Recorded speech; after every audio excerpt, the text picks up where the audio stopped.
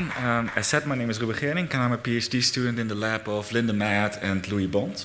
And today I'd like to share some data with you on neutrophils in RSV infection, actually. Let's see. Oh, yeah. So, well, the ultimate goal of RSV research is, of course, to cure patients. And in light of that, in recent years, there's been great progress in the development of antivirals against RSV. And these antivirals can effectively abrogate viral replication in human subjects. And there's no doubt that patients will greatly benefit from such antivirals. However, the question remains whether antivirals by themselves will be sufficient to ensure the most optimal outcome for patients. And the reason for that is as follows. If we look at what's going on in the airways of RSV bronchiolitis patients, so the infant patients, what we see is that these airways are absolutely flooded with neutrophils. And if we look in the lower respiratory tract, more than 80% of infiltrating leukocytes are in fact neutrophils. And let's see. While these neutrophils may contribute to antiviral defense, their promiscuous cytotoxicity actually makes them a bit of a double-edged sword. So, for instance, neutrophils can excrete mediators that can opsonize and inactivate viruses, but simultaneously mediators like reactive oxygen species or proteases can damage surrounding tissue as well. Moreover, neutrophils are known for their ability to promote the production of mucus during RSV infection. And while some mucus may help to shield the epithelium, too much will lead to airway obstructions. And finally, neutrophils can produce nets, that's neutrophil extracellular traps. During this, neutrophils expel their DNA and they create a DNA-like mesh which is covered with antimicrobial proteins and peptides. And such nets may capture and inactivate viruses, but at the same time, such nets are also highly cytotoxic to surrounding cells as well, causing collateral tissue damage.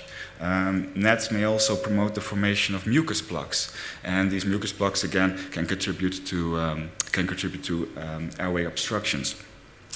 So, in light of this, a strong neutrophil response may actually be maybe doing more harm than good in RSV bronchiolitis patients.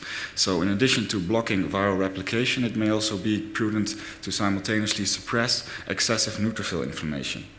However, neutrophils are notoriously difficult to suppress, and this is where immune inhibitory receptors, or also known as immune checkpoints, come into play.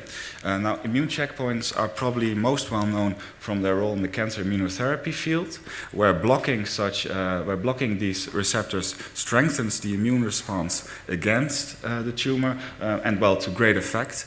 But we may also be able to harness such receptors in a different way, that is to say, stimulating such immune checkpoints to dampen excessive inflammation. So, for instance, this may allow us to reduce neutrophilic inflammation and suppress, for instance, highly cytotoxic net production. And this is why we set out to identify inhibitory immune receptors that could regulate the neutrophil response during RSV bronchiolitis or RSV infection. And so the first thing we wanted to know actually was which inhibitory receptors are expressed on neutrophils that we find in the airways of RSV bronchiolitis patients. And for this, we screened a panel of inhibitory receptors, and we compared their expression on airway-infiltrated neutrophils and neutrophils obtained from the blood of the same patient. And among these inhibitory receptors, one really jumped out at us, and that was LAIR1. The reason for this, as we can see here for the individual patient, is that this is the only receptor that we assessed that was actually upregulated on airway-infiltrated neutrophils compared to neutrophils that you find in the blood of those same patients, suggesting to us that LAIR1 could have a role in regulating the neutrophil response. So, just very briefly, what actually is this LAIR1? Well, it's short for leukocyte-associated immunoglobulin-like receptor 1, and it's widely expressed, or known to be expressed, on mononuclear immune cells. Its expression on mature neutrophils has not previously been recognized, however, and LAIR1 is known to be an inhibitory receptor for collagen. That includes all types of collagen and also collagen-like molecules such as C1q, as well as surfactant protein D, which we also find in the lungs. Now, if we then take a closer look at these LAIR1 expressing neutrophils we find in the airways of RSV bronchiolitis patients, we see that if we compare them to their blood counterparts, here in gray, they indeed express high levels of LAIR1, but also higher levels of CD11b and CD6 and lower levels of CD62L, indicating that these neutrophils are highly activated, suggesting to us that activation may induce LAIR1 on these airway-infiltrated neutrophils. To just test this, we took neutrophils from healthy donors and treated them with a variety of stimuli listed here. And we find that if we treat such neutrophils with just FMLF and platelet activating factor, then within 10 minutes, neutrophils start to express LAIR1 as determined by FACS. Now 10 minutes is of course a bit quick for de novo production. So if we look intracellular in these neutrophils, we see here LAIR1 in green. And what we can see in just a resting neutrophil, there are large intracellular stores of LAIR1. And this appears to be stored in granules, suggesting that upon activation, LAIR1 is translocated from a granular store to the cell surface on neutrophils. We can then take a close look at the biological role of LAIR1 during RSV infection. And for this, we looked at an a mouse model for RSV infection in which we infected black 6 mice with RSV. And we used both, and we looked at, at time points, 2 time points, day 2 and day 5, at the leukocyte infiltrate into the airways by bronchoalveolar lavage, BAL. And we used both wild-type mice and LAIR knockout mice. And what you can see is that on both day 2 and day 5, there's an increased influx of leukocytes into the airways of RSV-infected mice. And on time point, so on the early time point, that's day 2, this is mostly due to a large increase in the influx of neutrophils into the airways. At a later time point, it's mostly due to an increase in lymphocyte count, whereas macrophage numbers appear unaffected by LAIR1 deficiency, suggesting that LAIR1 can indeed regulate neutrophil recruitment into the airways during RSV infection. We wanted to confirm this actually also in bulb C mice. Now in bulb C mice we used a similar approach. What we did here was we looked at day 5 post-infection, and instead of knockout mice we treated mice with a LAIR1 FC chimeric protein which blocks the interaction between endogenous LAIR and its collagen ligands.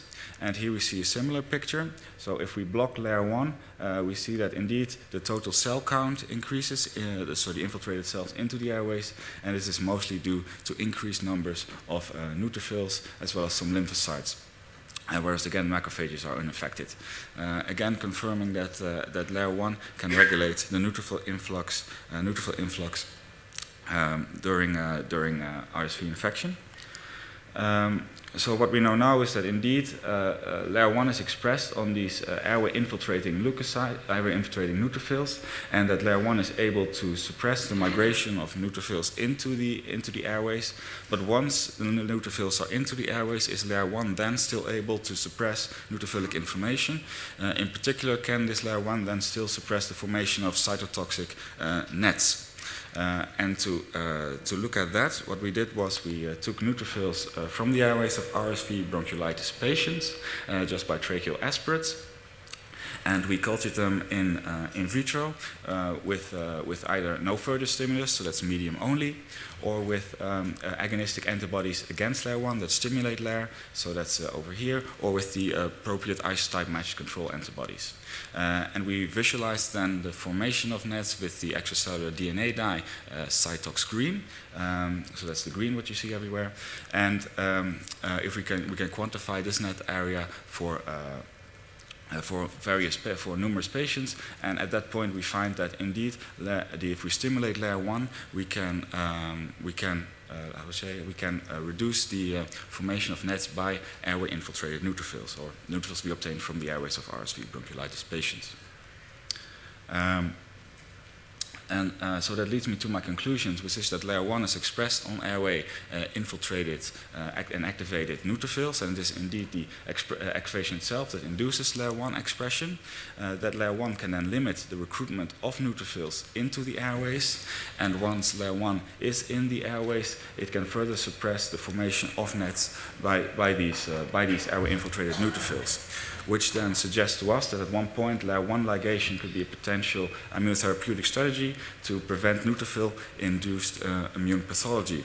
And by combining our LAIR1 ligation with, say, RSV antivirals, we may be able to tackle both the virus-induced and immune-induced pathology during RSV infection. And with that, I would like to acknowledge a few people who have been important to this work. In particular, I'd like to thank Linda and Louis for their supervision of the project. And I'd like to thank you for your attention. And if you have any questions, I'd be glad to try and answer them. So, in the LAIR1 knockout mouse, is the viral load increased? Did you tell us that? Yeah, no, the viral load. The viral load remains the same. We can detect no differences in. So it's independent of that viral load. So. Have you looked at the CXCR2 expression on this inflamed? Can you say who you are? Sorry, I'm Kalpit Vora again. And did you look at CXCR2 expression on your neutrophils that are in the inflamed areas? Could you remind me what CD number that is, if you happen to know? Is that CD 181 or so? I don't recollect at the top of my head. Okay, so somebody from BD may be able to tell us here. No. In that case, I'm not completely sure, but we checked numerous activation markers, and those were all. This is a chemokine marker which is implicated in neutrophil influx into the lung during asthma and COPD. So I was wondering if that was high on your neutrophils. Okay, so. KC in the case of mice then, yes. As far as we did not specifically look at that receptor, I have to say, I think. Jürgen Schwarze, Edinburgh. It's just a question whether I've understood something correctly. You're saying that LAIR1 will reduce net formation, but you showed data where anti-LAIR1, at least that's what was on your slide, reduced net formation. Can you explain that to me? Of course, yes. We're dealing with agonistic antibodies, so what happens in the case of these type of receptors is that if you cross-link these receptors together, that they cluster together, then they will start signaling and produce an inhibitory signal. By using antibodies, we can cluster these LAIR1 molecules together, and then we will engage signaling. So it's an agonistic antibody. Hi, Chris Chu, Imperial. So do you have any idea what effect this would have on a coincidental bacterial infection? Can you build that into your model? Yeah, so that is indeed, if we suppress the neutrophils in this case, it may reduce the antimicrobial functions also against bacteria. That is a good possibility indeed. So there is some. There are always some dangers involved in suppressing neutrophils, that's true, yes. Great, well thank you very much indeed. Thank you.